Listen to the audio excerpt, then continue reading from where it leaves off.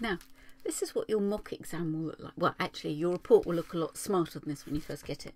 But you can always tell the children that are going to go on to pass the exam, because these get ever increasingly tatty, dog-eared and sort of generally dribbled on. How does it work? So we went for a full report. That will give us all the bells and whistles. And it gives us some information. So there are 20 children that sat. This was the first one of the January ones. So there was 20. There were 17 visits to the toilet during the exam. So that's more or less one each. And oh, I do tell them. Go in the breaks, I do tell them. Oh, lots of information. 4 of them didn't have pencils and rubbers. 4 of them didn't have a snack or a drink. There's, yes, quite a lot of useful information there. And then some general information and reassurance that it's okay to get less than 20%. It doesn't mean to say you're going to fail the actual 11 plus. The book will identify what you need to fix and how to fix it. Then we have, there we go, the results page. And this child, she got 38% in her first mock. Now, in the English, she went on to pass. So it's just, that happens, but be comfortable with that. And then we come to the bar charts. Now, all of this you'll get in the basic report as well. There's your, see, the black one is the one that goes with you, and the grey is for everybody else. They're anonymised, so you can't work out who's who. And it lets you know where you're sitting in against other children who are preparing. Remember, largely you're not competing against these children, you're competing with them against less well prepared children. So don't, even if you're sitting lower amongst these, you certainly won't be the lower ones when it comes to the actual exam. So we get that for overall maths, English, verbal reasoning and non-verbal if you sat the paper.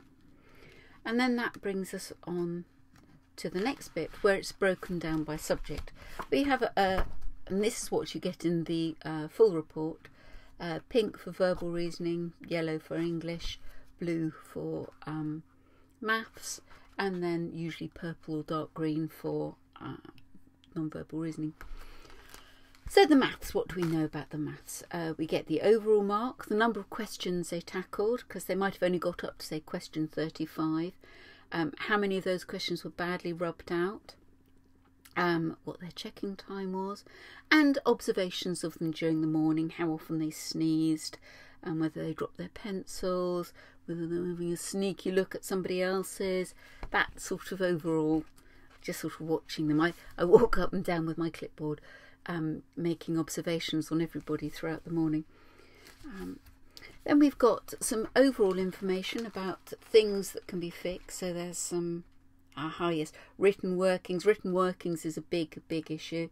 The whether what they were wearing, whether it was appropriate, the kind of stationery they've got. Spatial awareness was giving this child problems, so how to go about fixing that. Pointing with her finger, yeah, that definitely helps. And it's very often the little words that cause trouble. And so overall sort of the broader things. And then we come to the detailed report about the maths, and that's broken up into bits.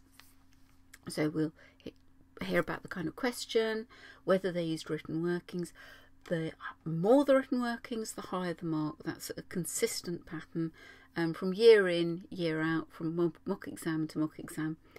And then there's also some advice on how to find a little video to go over that very problem. I'm in the top corner now. Have a look.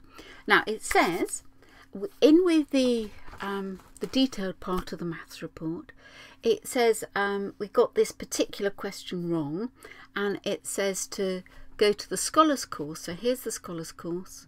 We click that for book 2, and then it says do the maths paper and go to question number 12. So click number 12, and there we are. Well done you for persevering with this one.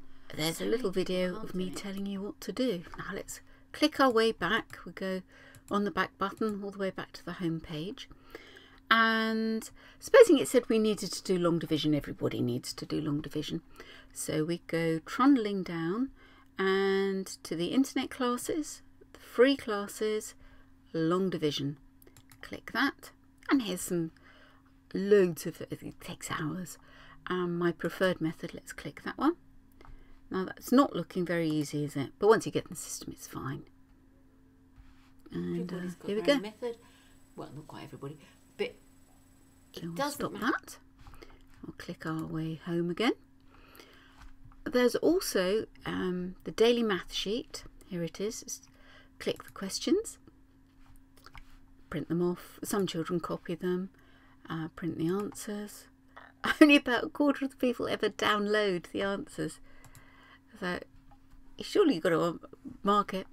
And then we've also got here free worksheets. Now there's quite a few here, and they're all, if you struggle, phone me and I can do some more. So for instance, we've got Joshua's tricky questions here. So there's the worksheet that you can download. These are ones that he was having problems with, and he was an absolutely delightful boy.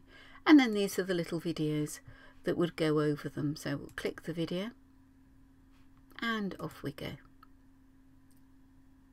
Hello, we've got Joshua's tricky questions here. So I hate seeing myself on the video. So we'll go back to the home page.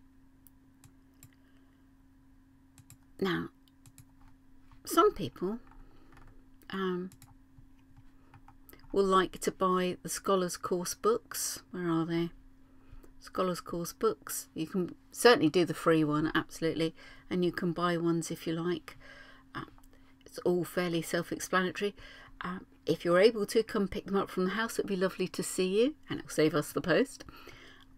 But there's hours and hours. There's, I think at the moment we've got about 420 little videos on YouTube, and it's difficult to know which ones you need and which ones you don't.